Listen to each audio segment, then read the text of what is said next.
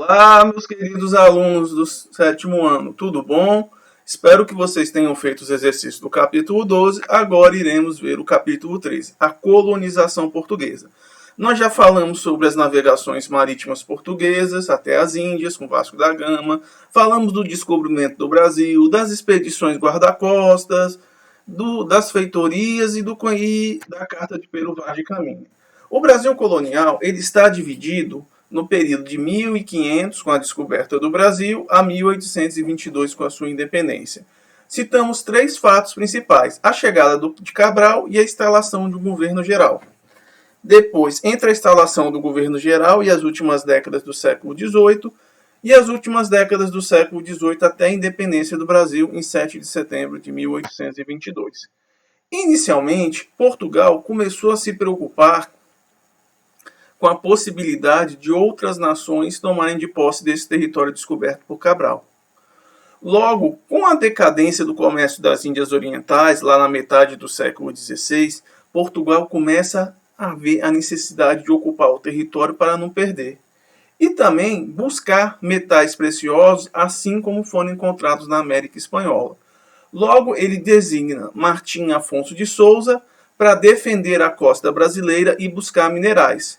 Não só seria isso, Martim Afonso de Souza vai fundar a Vila de São Vicente, que corresponde hoje ao estado de São Paulo, em 1530.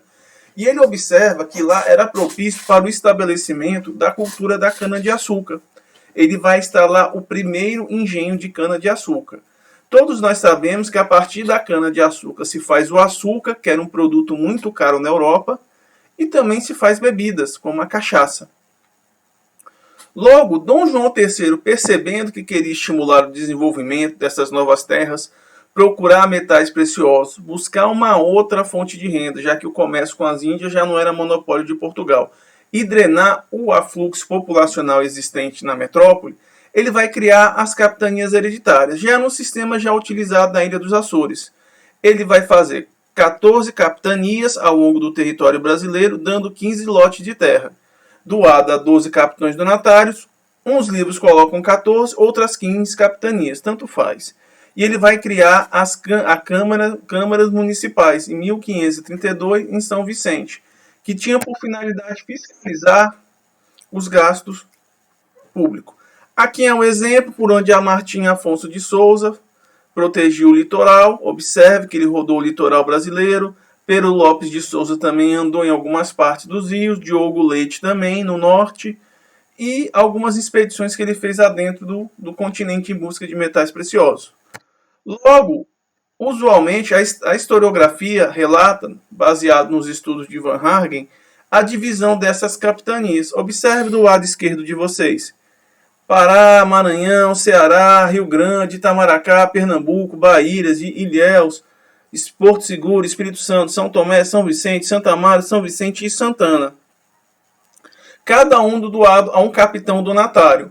Esse mapa ele é usualmente utilizado, mas uma nova pesquisa feita por um engenheiro cartográfico, ele questionou a divisão dessas capitanias. Esse é um pouquinho mais recente.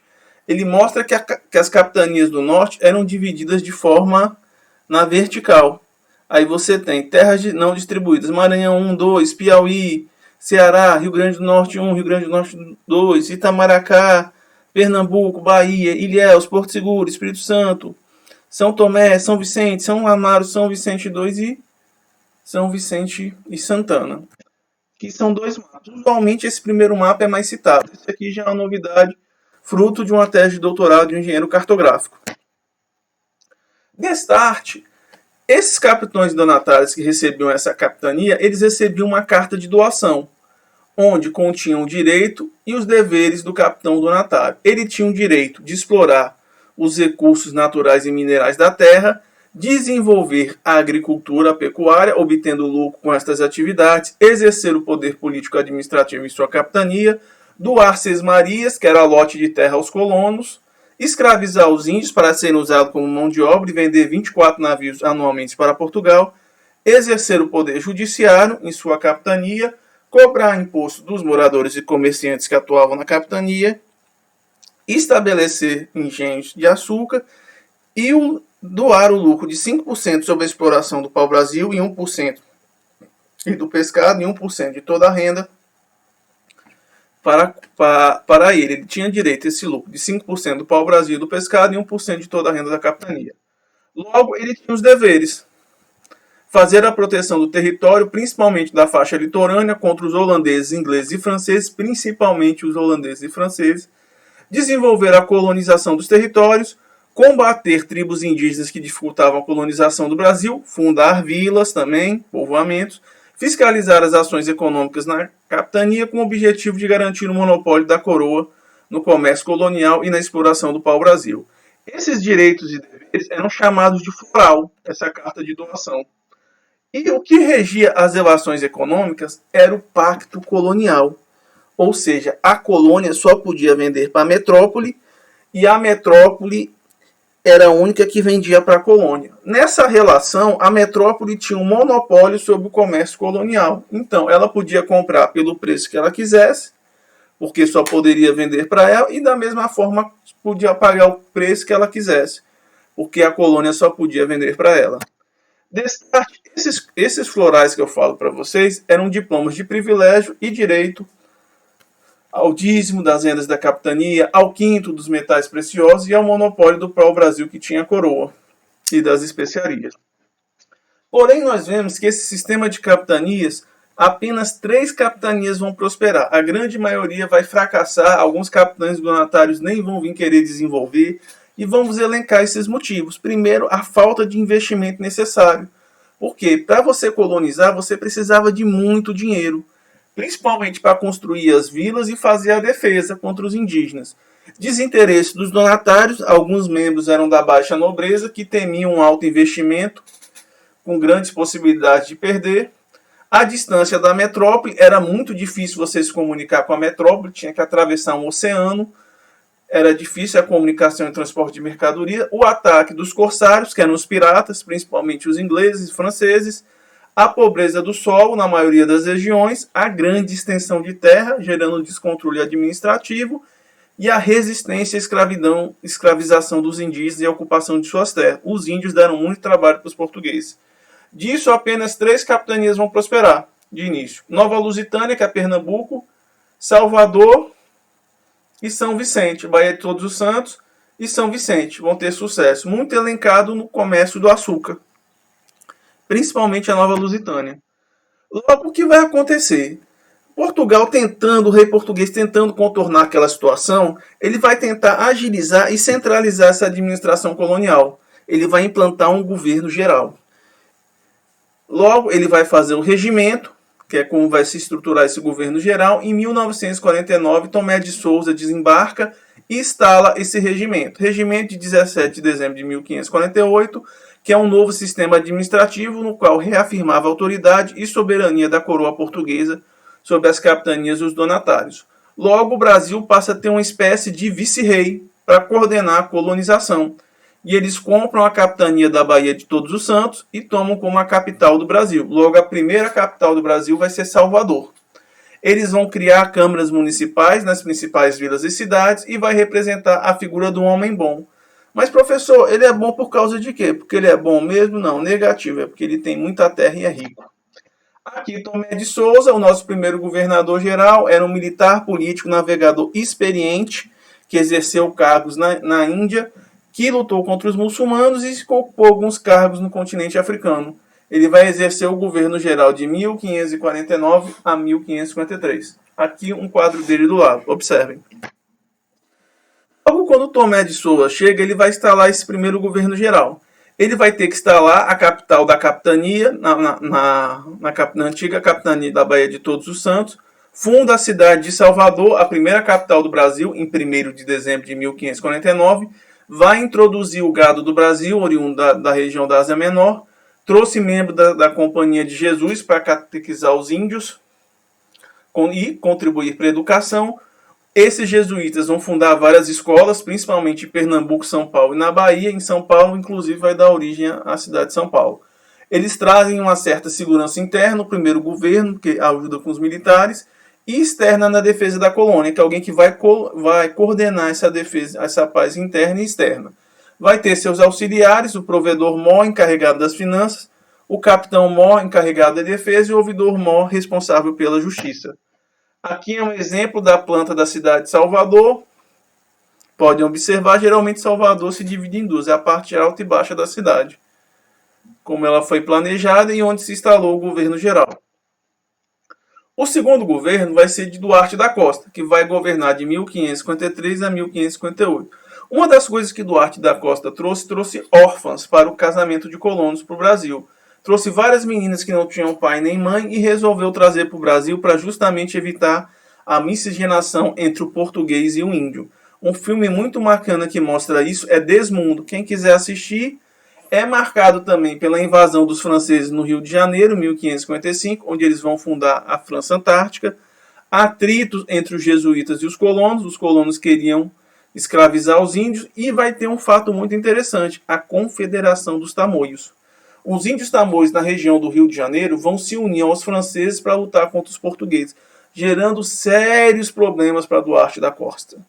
Destarte, um incidente que vai marcar vai ser entre o primeiro bispo, Dom Pedro Fernandes Sardinha, e o filho de Duarte da Costa, Dom Álvaro da Costa, onde, diante das críticas do bispo e a agressividade aos maus costumes de Dom Álvaro. O que acontece? Esse filho de Duarte da Costa, ele não era muito cristão, ele causava muitos problemas para o pai. Ele não era muito de obedecer, então trazendo vários problemas para o governo do pai. E vai marcar também a fundação da primeira escola do Brasil, o Colégio dos Jesuítas na Vila de São Paulo, que vai dar origem à cidade de São Paulo, em 25 de janeiro de 1554, uma das primeiras escolas jesuítas do Brasil de grande porte. A França Antártica, que vai de 1555, 65 a 1570, quando eles são expulsos. O que vai acontecer? O francês Nicolas Duron de Villaleon vai instalar um acampamento na Baía de Guanabara, em 1555, com colono, artífice e soldado. Eles vão fazer uma aliança com os índios e vão fugir das perseguições religiosas na Europa. Eles eram protestantes, eles não eram católicos, e a França era um país extremamente católico. Logo, eles vão ser expulsos pelos portugueses em 1565. Aqui é um exemplo da ilha e forte da França, uma ilustração de um francês que estava na época lá, André Trevesi, no seu livro La Cosmographia Universal. Observem o forte deles de proteção. O terceiro governo é de Mendes Sá, que ele vai fazer a formação de aldeamentos jesuítas, ele vai permitir, os franceses vão ser expulsos do Rio de Janeiro. Quem vai se destacar é o seu sobrinho Estácio de Sá, que vai morrer na expulsão dos franceses do Rio de Janeiro em 1567, e a aliança com um chefe indígena chamado Araribóia, que vai fornecer reforços indígenas para expulsar esses franceses. No local da França Antártica vai ser fundada a cidade de São Sebastião do Rio de Janeiro, entre 1565 e 70. Lá vai ser também um lugar de muito fornecimento de escravos, os escravos vão começar a chegar, principalmente em Salvador, e a coroa portuguesa, no final do governo de Mendes Sá, vai dividir o Brasil em dois. Vai ter um governo colonial, com sede em Salvador, e outro no Rio de Janeiro, entre 1573 e 1578.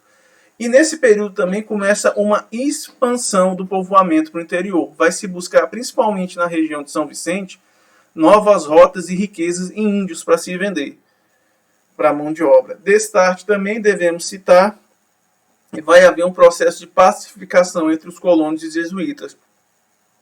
Muito isso causado pela proibição do governo português de escravizar os índios, excetuando os aimorés, que eram muito beliciosos. Aqui é a divisão do Brasil, governo do norte, governo do sul. Devido à grande extensão territorial, o Brasil era gigante.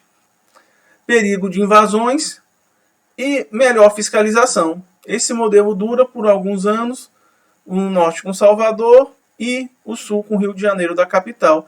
Nós vamos ver posteriormente a capital muda de Salvador, vai para o Rio de Janeiro em 1763 e do Rio de Janeiro, na década do século XX, vai para Brasília, onde vai pendurar. E o que acontece?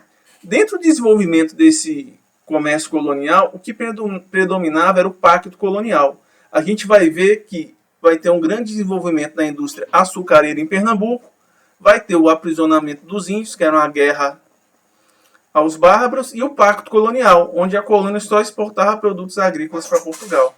E o monopólio comercial português. Só que Portugal, quando ia desenvolver essas indústrias indústria do açúcar no Nordeste, ele tinha uma aliança com os holandeses. Os holandeses davam material até que o capital e Portugal fornecia o local.